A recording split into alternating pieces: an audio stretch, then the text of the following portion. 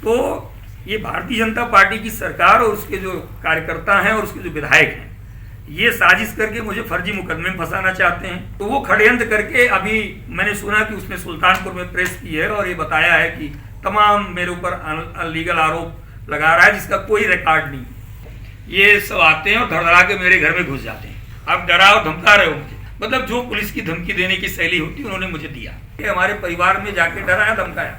हमारे घर में बच्चे हैं, हमारी पत्नी है, हमारा एक सामाजिक स्तर है, और इस तरह से जब हमारे साथ ही कर सकते हैं तो आम आदमी का उत्पीड़न कैसे करते होंगे। 11 दिसंबर को यहाँ कुछ पत्रकार साथी हैं, उन्होंने बड़ी खबर भी छापी थी और चैनलों में भी चलाया कि भगवान परशुराम चेतना पीठ, एक भगवान का परशुराम जी का अच्छा मंदिर हम लोगों ने बनाया है। उस विषय को लेके आप लोगों ने छापा भी था, चलाया भी था कि आदरणीय अखिलेश यादव जी पूजन अर्चन करने उस कार्यक्रम में आएंगे। तो जब वो खबर छपी थी तो उसके दूसरे दिन ही मुझे मेरे लोकल, जो मैं लम्हुआ का चूँकि रहने वाला हूँ, मैं पूर्व विधायक हूँ, तो वहाँ के इंस्पेक्टर ने मुझे फ़ोन किया और उसने मुझे फ़ोन करके कहा कि आप मूर्ति कहाँ लगा रहे हैं। तो मैंने कहा कि आपको इससे क्या मतलब है कि मूर्ति में कहाँ लगा रहा हूँ। तो उन्होंने कहा आप वायलेंस फैला रहे हैं। तो मैंने कहा भगवान की मूर्ति लगाना अगर वायलेंस फैलाना है तो ये काम तो मैंने किया है। ये बात मैंने उनको कही। फिर मुझे सीओ लम्हुआ का फ़ोन आया, बाद में मेरी कप्तान से भी बात हुई, उसका रिकॉर्ड भी होगा, क्योंकि अगर 12 तारीख को बात हुई है तो फ़ोन में वो रिकॉर्ड आ जाता है बात हुई है कि नहीं हुई है। तो मैं दावे के साथ कह रहा हूँ कि मेरी बात हुई थी, उसका रिकॉर्ड भी निकालना आप लोग चाहेंगे तो निकल भी जाएगा, मैं इस बात का सबूत भी दे दूँगा। उसके बाद लगातार मीडिया में खबरें चल रही हैं, कल परसों में भी बहुत खबरें चली। तो मैं कल अपने क्षेत्र में एक जन्मदिन का कार्यक्रम था तो मैं वहाँ गया था। तो वहाँ पे भारतीय जनता पार्टी का एक कार्यकर्ता वहाँ बैठा था। उसने तमाम बातें कही कि मूर्ति लगाने से क्या होता है, ये होता है, अपने तरीके से। तो उसको केवल ये कहा गया कि भाई आपको जो परेशानी है आप लोग करिए, हम जो कर रहे हैं हमारा काम हम कर रहे हैं। उसके बाद उस चीज़ को उसने विधायक से, लोकल विधायक से बात करके बहुत तूल दे दिया। रात में हमको इंस्पेक्टर का फ़ोन आता है कि आपने वहाँ बवाल कर दिया, गोली चला दी, राइफल चला दी आपके लोगों ने। तो मैंने कहा अगर इस तरह की कोई घटना मैंने किया है तो उसका कोई रिकॉर्ड है, प्रमाण है, या जिसके यहाँ घटना हुई है उससे आप पूछिए। तो रात में पुलिस गई और उस व्यक्ति से पूछा उन्होंने, तो उसने सरासर मना किया कि इस तरह की यहाँ कोई घटना हुई नहीं। वाली थाने में एक प्रकरण बताते हैं और लम्हुआ थाने की पुलिस, जिससे मेरी बात हुई थी उस समय, जिसने मुझे कहा था कि वायलेंस फैला रहे हैं, उस थाने की फोर्स कई सिपाहियों के साथ, एक एनबी सिंह दरोगा और जो लम्हुआ का मौजूदा इंस्पेक्टर है, ये सब आते हैं और धड़धड़ा के मेरे घर में घुस जाते हैं। मैंने उनसे पूछा कि भाई आप इस तरह से मेरे घर में घुस जा रहे हैं, मैं जनप्रतिनिधि रहा हूँ, मेरे बड़े भाई भी विधायक रहे हैं, मैंने कौन सा ऐसा अपराध किया है, आपके पास कौन सी नोटिस है जिस आधार पे आप जो है मेरे घर में चले आए और पुलिस वेपन्स लेके आप डरा और धमका रहे हो मुझे। तो उन्होंने कहा नहीं आपने वहाँ ये कर दिया है, आपने वहाँ ये कर दिया, ये ठीक नहीं है, मैं ये ठीक कर दूंगा। मतलब जो पुलिस की धमकी देने की शैली होती है उन्होंने मुझे दिया। चूँकि मैं पढ़ा लिखा व्यक्ति हूँ, कानून को भी जानता हूँ, तो मैंने उनसे कानूनी तरीके से बात की कि आपके पास नोटिस अगर हो तो आप मुझे दीजिए, कोई वारंट हो मुझे दीजिए।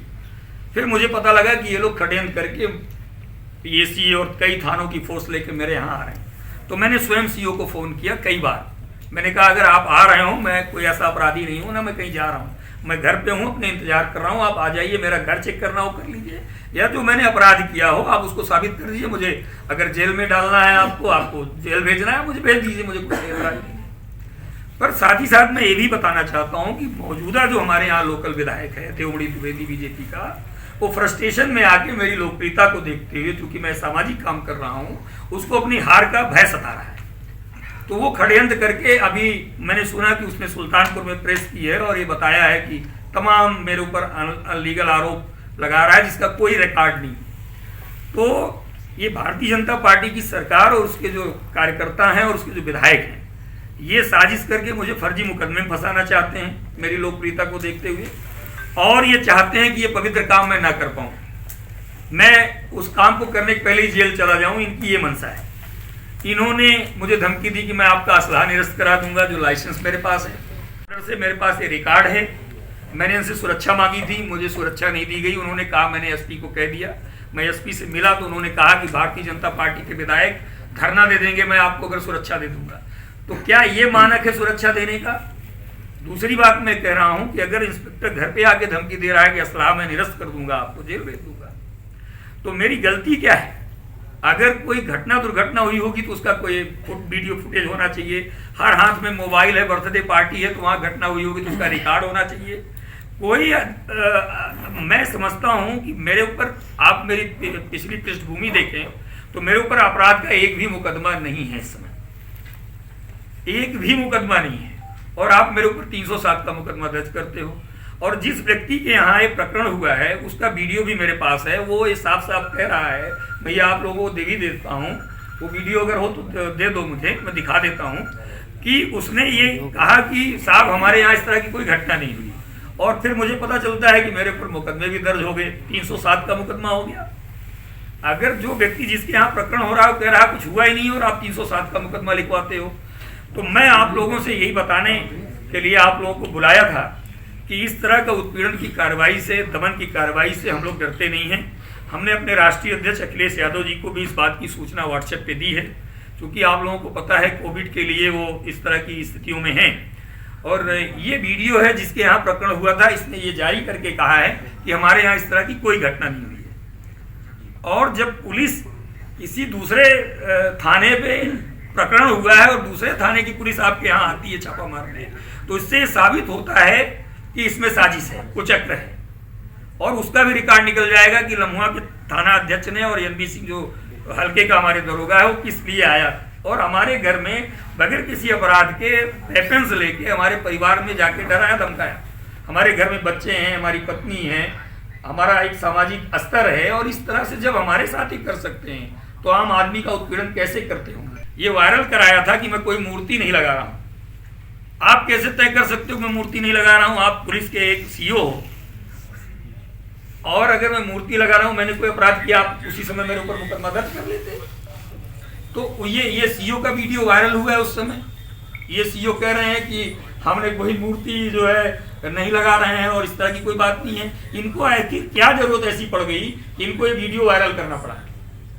तो ये साजिश साफ नजर आ रही। 12 तारीख को वीडियो वायरल कर रहे हैं क्योंकि मेरी लोकप्रियता बढ़ रही है इस काम से, मेरी पार्टी की लोकप्रियता बढ़ रही है, और हमारे ब्राह्मण समाज के लोग इस बार उत्तर प्रदेश में भारतीय जनता पार्टी को हटाना चाहते हैं और अखिलेश यादव जी को मुख्यमंत्री बनाना चाहते हैं। इसलिए कुचक्र रच के समाजवादी पार्टी कार्यकर्ताओं का उत्पीड़न हो जाए, इनको जेल में डाल दिया जाए और भगवान परशुराम जी की प्रतिमा ना लग पाए मंदिर का, हमारे भूमि पूजन अखिलेश जी उसमें ना आ पाए। अगर मुझे जेल भेज देंगे तो ये इस काम को रोक लेंगे।